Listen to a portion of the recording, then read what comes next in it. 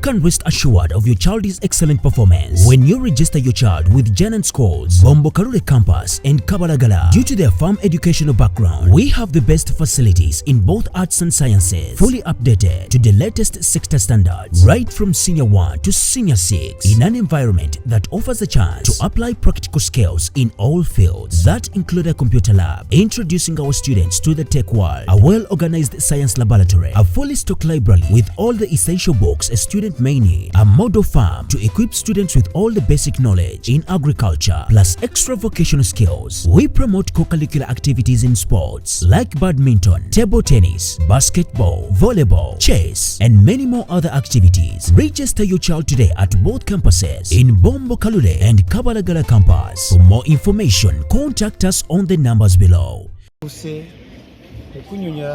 Kabinenti kusaba kuinfunye kuva mu districts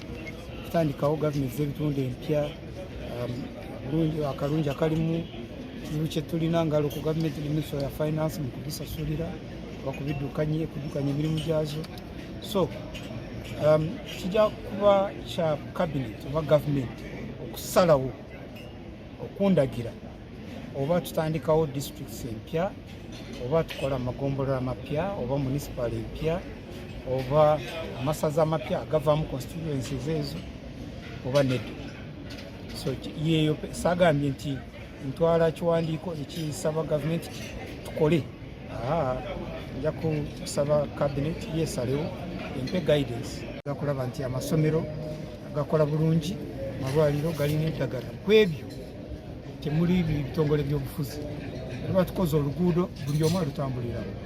tosobola kugamba nti nze ndi mukulembeze ku local government naye enkola ya PDM sijja gitambuza kubanga ya government ya NRM eyo nkola nfu sente zituwa mu PDM zigenda ku bantu bonna bannayuganda nga tetubawukanyemu mu bitongole byabwe mu madiini muki so kyembasabye nti nga abafuzi abali ku gavumenti z'ebitundu abantu tubatuuseeko obuweereza mu mirimu gye tulina okuwa oba kukola nga tetubawukanyemu tubakanyizaamu mu bitongole oba mu parties ebibalina oba mu madiini oba mu nganda kubanga ekyo kitwawula local government bakansala bajja nga zenga wa NRM nga zenga wa FDC wano wa DP wa UPC naye bwatuuka eri mu kanso avunaanyizibwa kuwa abantu obuweereza kukola enguudo kulaba nti abantu bafuna amazzi tegajja n'erangi tegajja nga ga yellow ba red so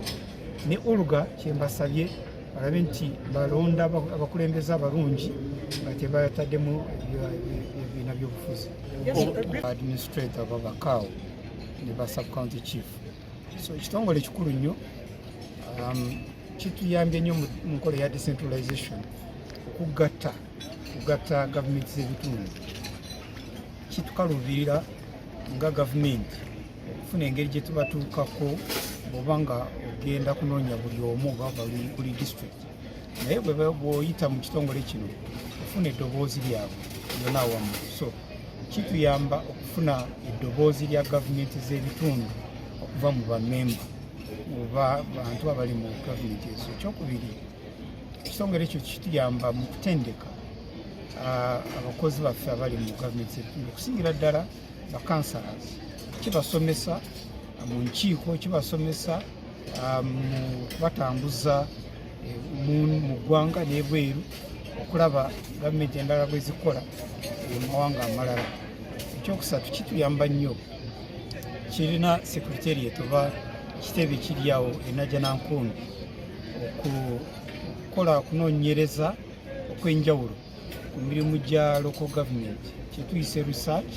n'okutuwa position yaabwe nga local government nga bwe baagala tutambuze emirimu egyo ffe central government so bwe tuba tuli mu kubagga etteeka tulina ebbago bwe tutambuza ffe nga ministry ya local government bano betwebuuzaako kubanga mwe tufunira ebirowoozo byabwe ebyawamu ekitongole ekyo kikulu nnyo kirina emikwano wabweru w'eggwanga era mwe twayita okutandika ekitongole kifaanagana na kino naye ku ku lugero lwa East Africa, kyetuyita East Africa Local Government Association.